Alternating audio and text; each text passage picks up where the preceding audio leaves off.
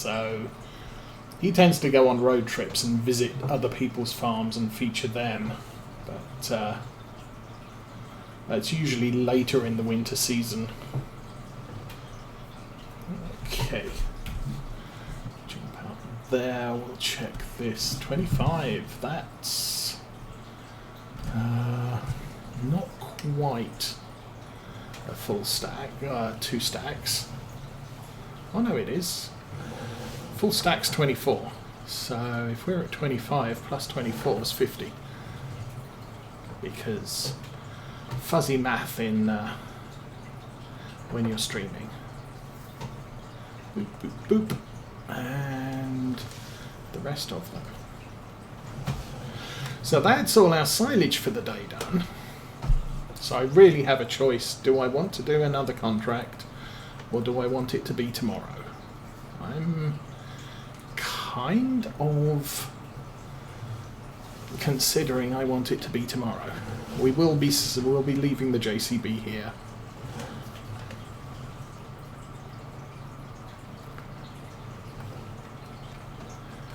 Because the BGA doesn't have a thing with a spiky thing on the front. Okay, so that is now pretty much full.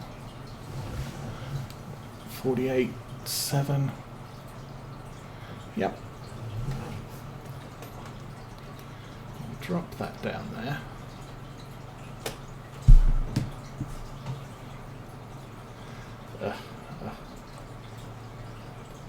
And poop there. Okay, you're all done. Do I want to buy some more liquid fertilizer before we head back to the yard? I got enough room for 2 tanks, so yay, why not?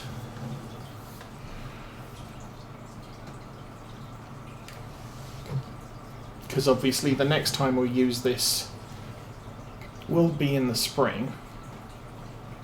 Oh, we still have a partial. Ooh, how much of a partial do we have here? Not much.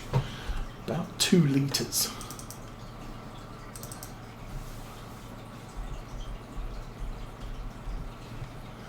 So 2 more pallets. That's enough for a pretty much 97% full tank. Oh, postman.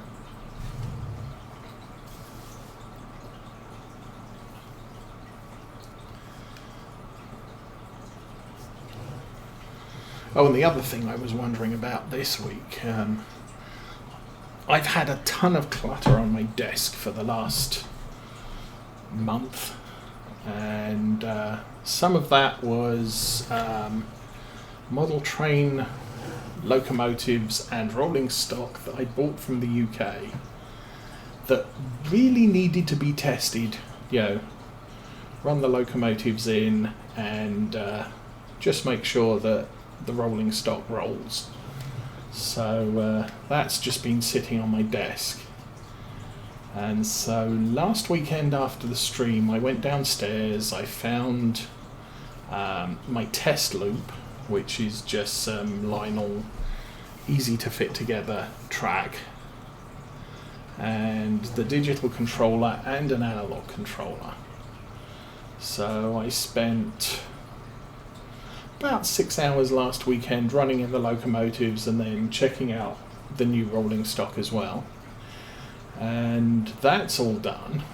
So all the boxes are now back down in the basement where they need to be. And I don't have anything on my desk, which is really nice. Now the next project is 2 of the locomotives are analog. So I want to get some digital control chips to put inside them both, considering sound, but then I have to get the sound files from somewhere, so I've got to put out some queries online as to where to get appropriate sound files. And once I've got that, I can get the test track out again, the analog controller, program them up, and again make sure they're working.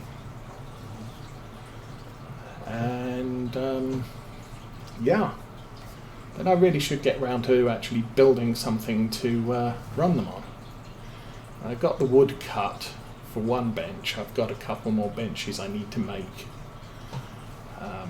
Obviously I have to assemble the cut wood that I've already got, but Mrs. Osa's not particularly happy with me cutting wood in the basement, so I need to do that outside, and it's freaking cold outside, 16 degrees right now, so trying to chop wood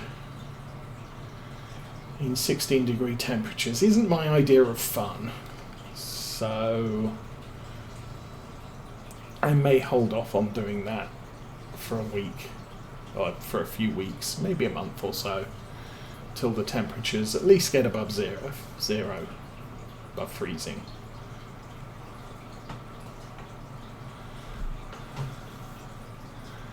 And then I need to take a closer look at some of my resource material, reference material. Find myself I'm basically trying to make it semi-realistic, so using track plans of existing stations in the region where I'm modelling. I've got a whole bunch of books with the full station chart and photos and paragraphs on its life history. And I'm going to need to read through those and pick one, maybe two, to concentrate on, if not modelling exactly, it's based on the idea of type of deal.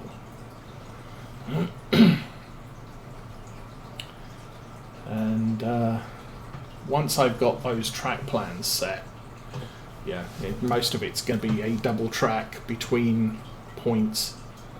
So, what am I doing? Unloading.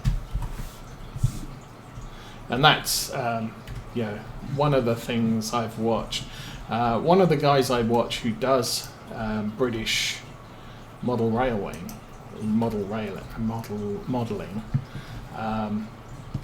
he does late 80s British Rail. Not that that's particularly my era, but he did have a layout, must be getting on for about 2 years ago, which was really impressive.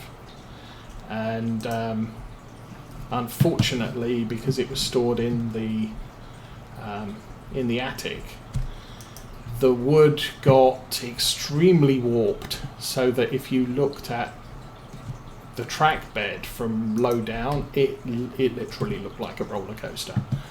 So he had to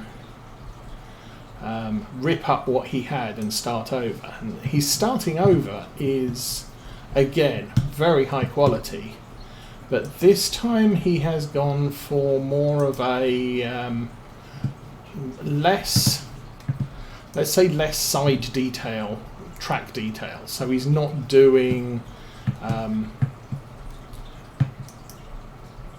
motive departments and freight yards and stuff like that, which he had on his previous model. This one is literally 4 circles. And he said really what he likes to do is to sit and watch the trains go by.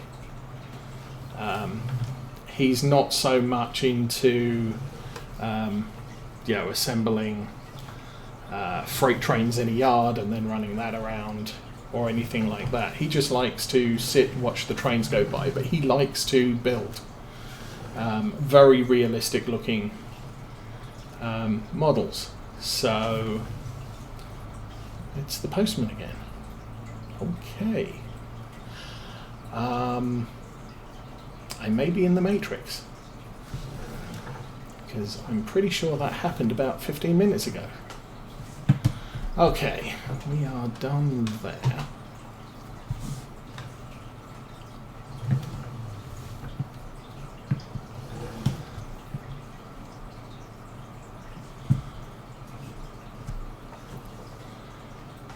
Okay, let's zoom in and oops, rotate the camera around some direction. And you get out of a tractor on the right, I think.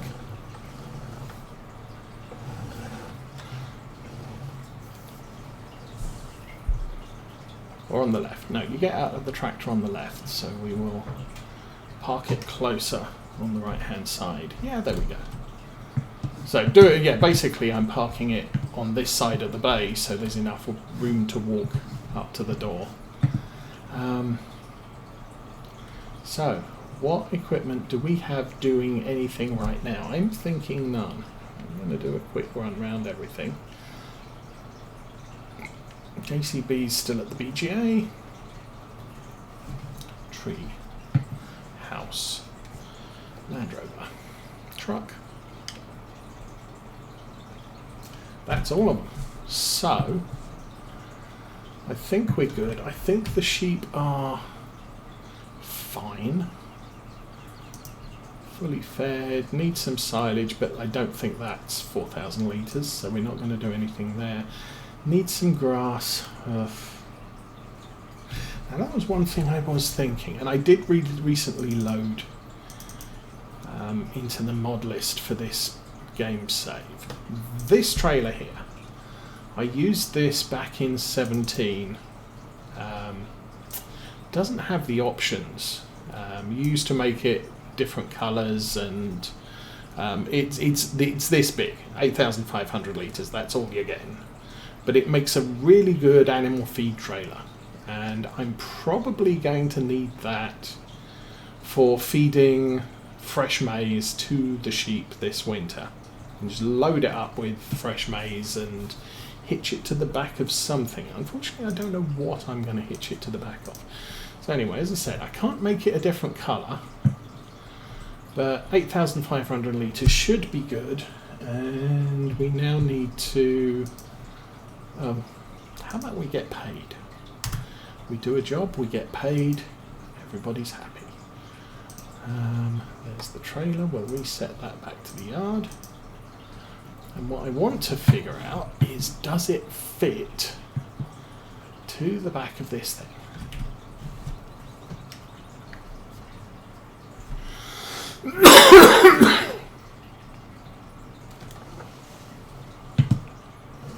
Oh, I've still got the bucket on the front.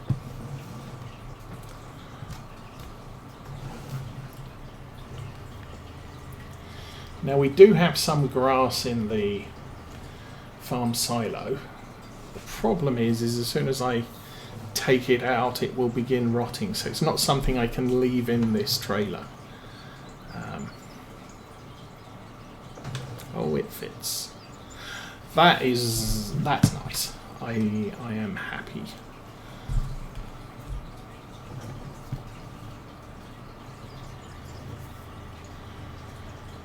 So yeah, during the winter months, the plan will be load this with fresh maize and go around and visit all the sheep. It's going to be a pain because it's going to be something I have to take time out to visit each sheep pen.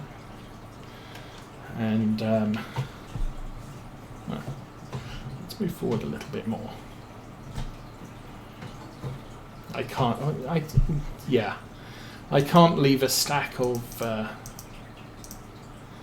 canola. Excuse me, I'm concentrating. Oh, there we go. That's only 500 litres. Not bad.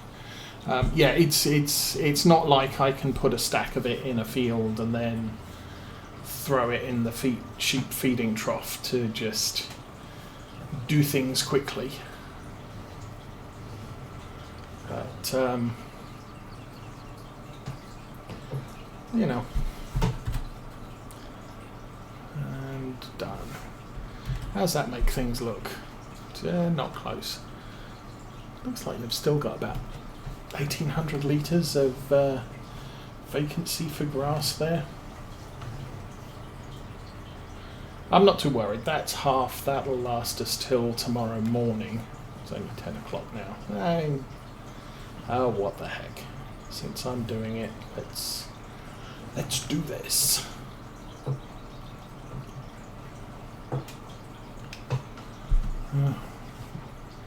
Again, not parked in the right place, so grass, fresh maize, and I have a scary amount of that here. Clover, hello. Semi-dry clover hay, clover silage. Come on, where's the maize?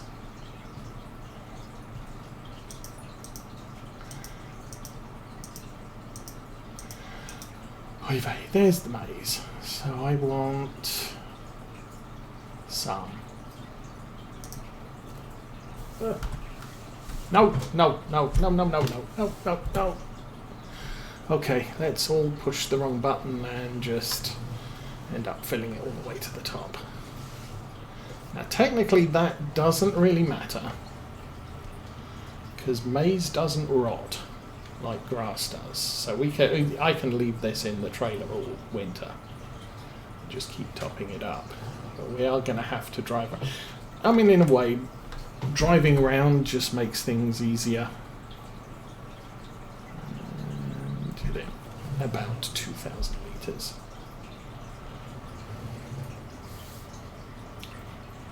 Because we can take this kit out to each of the sheep pens, throw some food in, and I don't have to figure out how to walk there. Okay.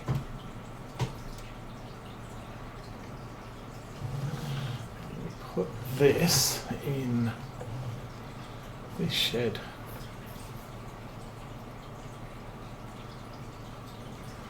Worst comes to worst, I can always throw something on the back or front. Take it with me. We are down to our last crate in storage of sugar beets. Although there are 2 full crates and a partial in each of the sheep fields. So that's 2, 4, 6. 6 full crates and 3 partials. So that's not too concerning at this moment, and I'm thinking that sugar beet harvest should be tomorrow. It might not be. It might be a couple of days in, but those 2 crates per field should last us about 6 days. So I'm not too worried right now. And then as soon as we pull the sugar beets off, we can make another 30 crates of sugar beets, although I think I'm going to want more than 30 this year. We did 30 in the first year and didn't use a significant portion of them. We did 30 more and we've pretty much used all of them, so I might need to go for 50 crates potentially for the coming year. Okay. Sleep for 13 hours. Do that. And the tea's gone. Okay. 27,000 biogas input.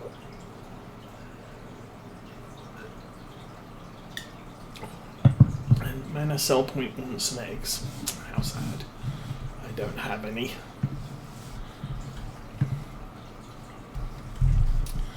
Okay then.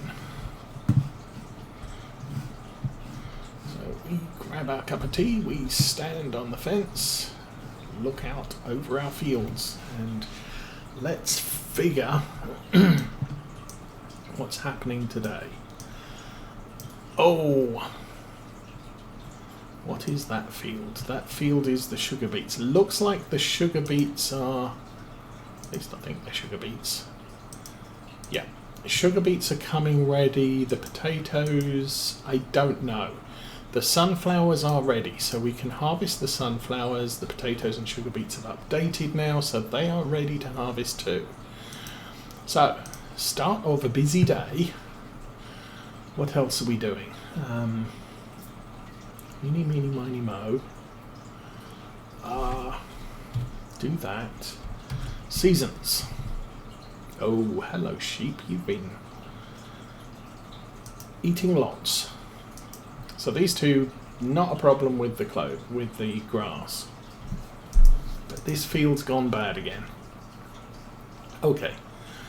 I guess we need to deal with the sheeps. Not worried about price fluctuations right now.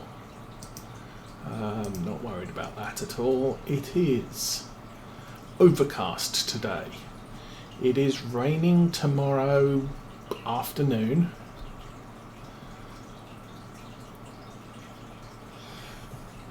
Oh, excuse me. And it's going to be cloudy with a chance of sunlight on Thursday, Friday and Saturday. So we want to get the sunflowers in today.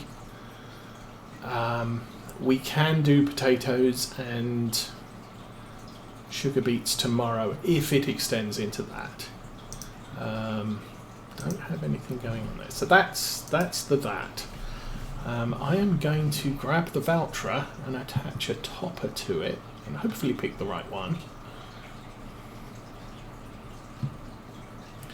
And send that out on a worker to do some work. So this is the other big use of our Valtra every year. I mean, it literally permanent narrow tyres on it. Yeah, it's our spraying tractor and it's our topping tractor.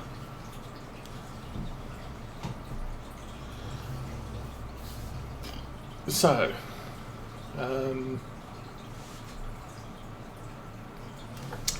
let's do the sugar beets. They're the things that the sheep eat, so...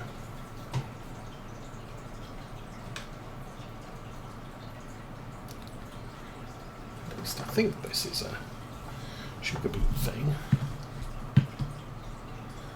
Okay. FT300. Garage.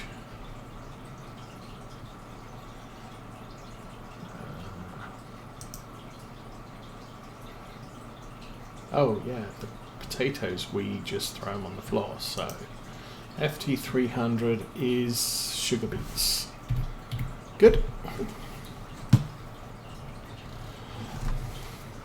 So we'll take this out. I'll then jump into the telehandler and we'll go and deal with all of the sheep, because I don't want to be distracted by sheep for the rest of the day. I think probably do with some lights at this time of the morning.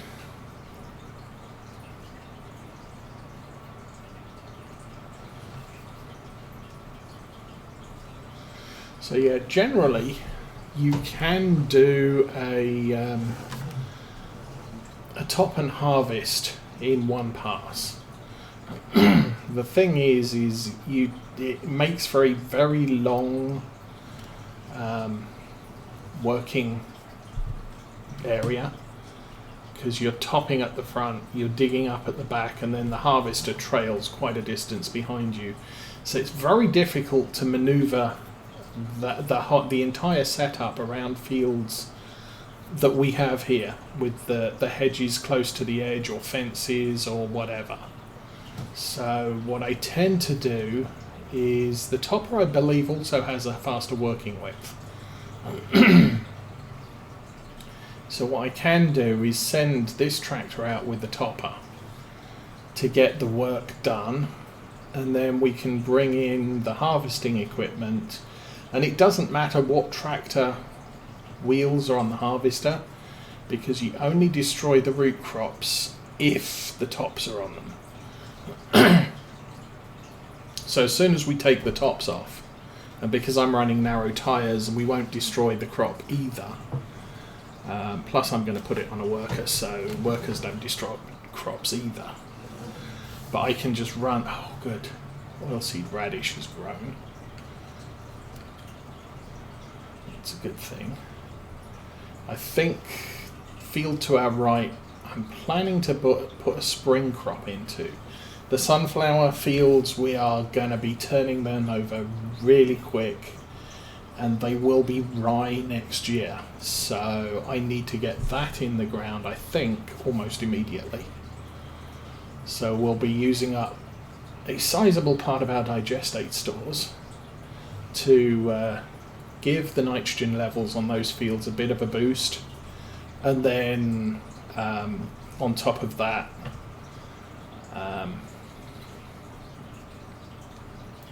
we'll be planting and fertilizing again. And it basically means that the field is ready to go, and I don't have to come back to it. Okay, field 20 is to our left. That is the field we want to be in, and there's the gate.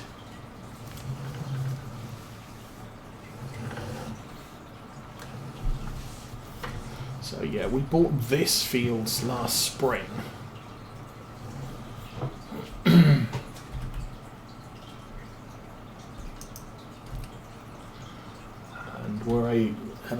I was a little bit concerned about where I was going to put sugar beets and potatoes for this coming year. I think we'll start here. Looks like a good a direction as any. So work a go.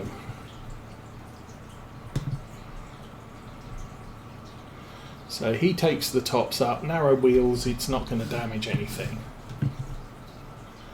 And then we can bring the big stuff in later. And we won't kill any of this by driving over it. Because, the harvester is trailed behind a big tractor. I don't think it's got that big a... Let's just do things. Sugar beets. Beet technology. We have this thing. 185 horsepower. So we could run this on the case. We could even run it on the JCB. But what you really need in those situations, I think I can switch to...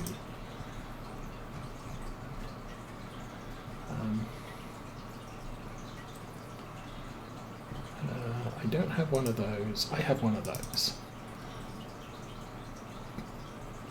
Wheel setup.